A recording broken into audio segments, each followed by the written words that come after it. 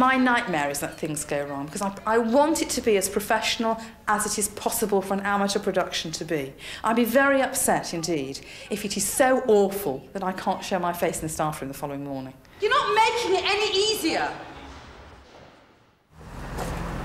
Park High says in its publicity brochure, "We are a good school, our buildings are not."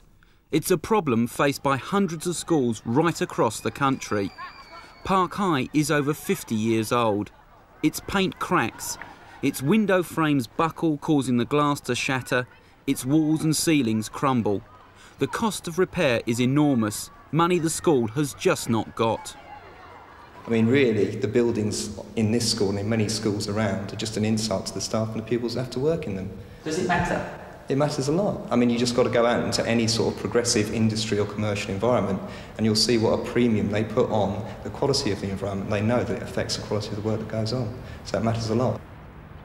This school was last painted 12 or 13 years ago, I understand. You'll notice it's even actually slightly dark in here. The windows haven't been cleaned for 2 years because the authority stopped the contract to save money.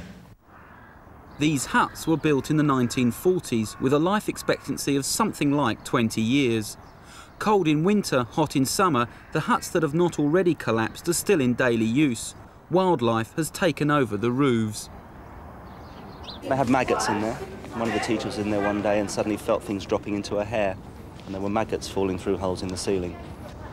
But they've lasted a long while, I mean. But would you live in something like that? Well, these are the toilets, the boys' toilets. They are 51 years old. They leak, and they usually don't smell that bad, except the drains block up quite regularly. When I first came here, someone set fire to one of the toilet paper holders, and the caretaker put the fire out, which is probably the worst thing he's ever done. He should have actually fanned the flames, I think. The science labs are among the worst in Harrow. A borough-wide improvement programme ran out of money before it reached Park. Running repairs are simply not enough to raise standards. These facilities are out of date and potentially dangerous. I mean, this is a very lovely piece of wood. It actually moves from side to side. Now, when you consider that gas is actually coming up into there, I somehow don't think that this should pivot on itself. I mean, it strikes me as being crazy. The kids are great. The department's great, the teachers are fabulous, but the facilities in which we have to work are really, in many cases, just an insult. Under LMS, the local management of schools, Park is now largely responsible for its own budget. But the sort of money needed to improve the buildings is way beyond the school. Do we pay out all the school's money to decorate this corridor? Or do we buy books? Or do we heat the place? Or do we employ a teacher? Or should we sack 2 teachers and paint this corridor? These wonderful flagship schools that they're spending millions of pounds on, whereas the kids here, you've seen the toilets, you've seen the science labs. Where's the fairness in that? The first night of Pygmalion has arrived. We have got 45 minutes, listen, so you must be finished by 7. No tries.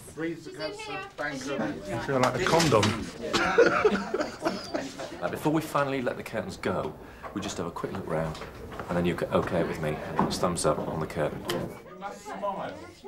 If they enjoy it on the night, I'll be very happy. I won't watch it on the night. I pay something down outside. I can't watch it. As the audience file in, Sharon, to the cast's surprise, opts for some last-minute relaxation techniques. I want you to imagine that you're sitting on a riverside. It's a lovely day, and you're concentrating on the sound of the water. And as you step onto the stile, you're feeling ready to start, ready to begin and face the world, ready for anything. Gil, are they opening? I can't straight away. Are they opening? After weeks of hard work, the show is finally underway. Lights. Very well, I'll go.